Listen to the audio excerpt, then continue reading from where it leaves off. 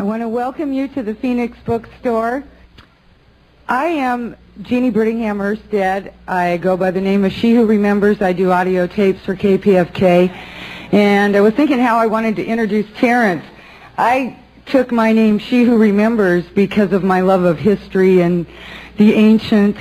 And there was a wonderful book about the ancient Anasazi Indians called She Who Remembers.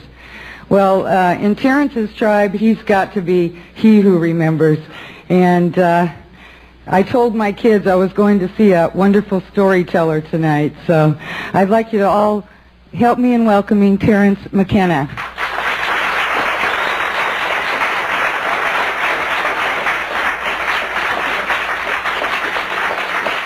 There are copies of Archaic Revivals here also.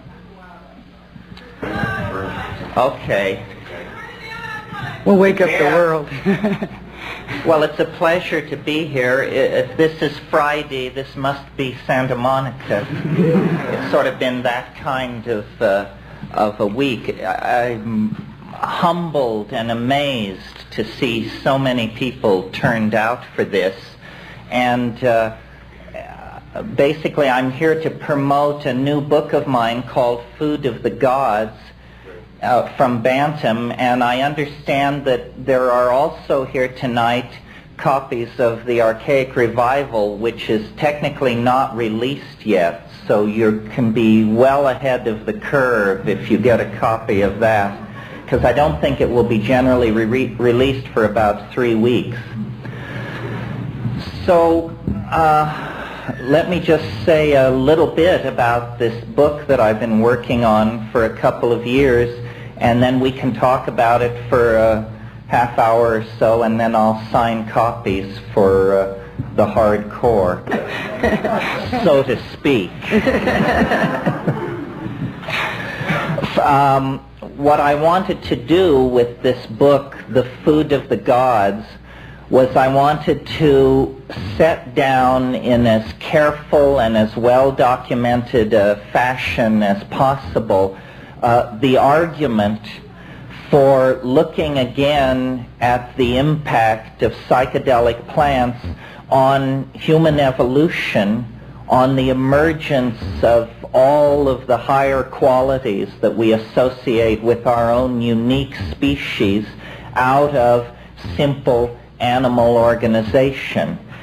And I wanted to do this not because I wanted to carry out some kind of academic criticism of the orthodox theory of evolution, although that was part of my intent, but really because I felt that if we could change the way we think about how psychedelics were used in the past, it would change the way we think about these things in our present situation. Many of you probably lived through a portion of the 1960s psychedelic revolution, and there psychedelic plants and experiences and drugs were presented sort of as instantaneous psychotherapy. There was not in the 1960s the awareness that these were not something new, these experiences and compounds, but really what was being discovered was the world's oldest religion as it was practiced during the first million years, before it was taken over by beady-eyed little priests with their shopping lists of moral commandments and prescriptions. Basically, you see, there is a great mystery about human emergence out of animal organization. The orthodox theory of evolution works very well for explaining how higher plants emerged out of simpler plant forms, how higher animals emerged from lower forms.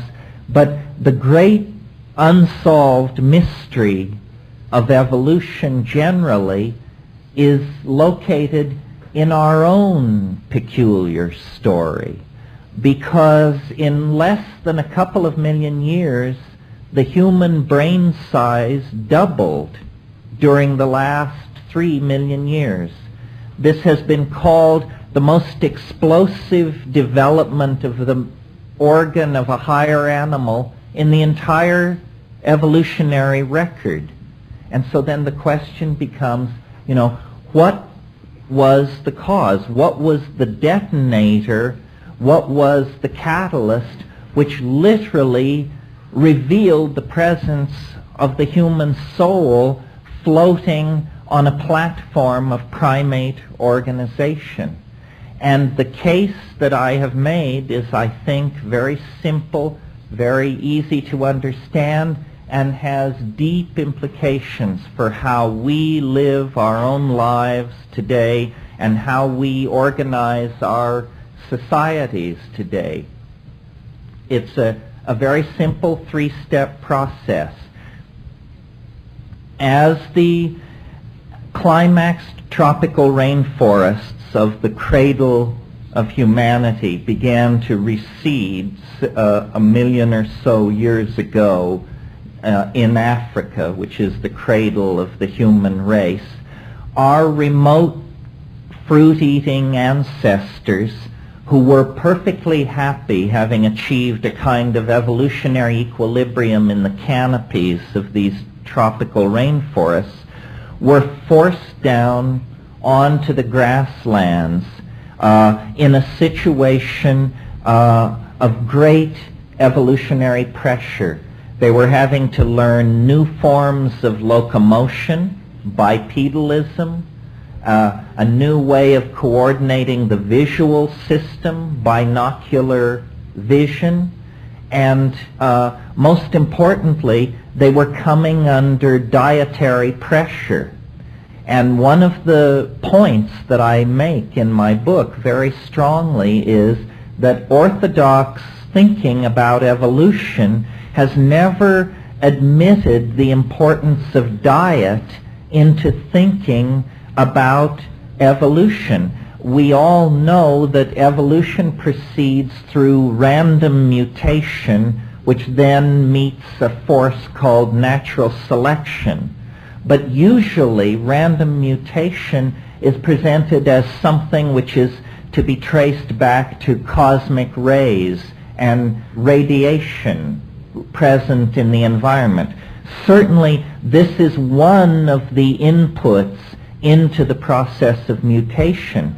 But you see, when an animal or a human being suddenly expands their diet, suddenly begins to eat foods and experiment with foods that they have never experimented with before, these foods, these plants, contain all kinds of exotic chemicals, natural insecticides, agents that cause these plants to taste very bitter so that animals will reject them as food. And these chemicals are mutagenic agents. So diet, a sudden shift in diet, exposes a population to many more mutagenic influences than it was facing previously. This happened to our proto-ancestors. And as they began testing new foods in the grassland environment of the African veldt, they came upon psilocybin-containing mushrooms, which were growing in the dung of wild forms of cattle, which were also evolving in this new grassland environment. Well, now the key, or one of the pivotal concepts in my notion, is related to the fact that psilocybin actually in very low doses increases visual acuity, edge detection, and a kind of visual clarity is an effect of very low doses of psilocybin.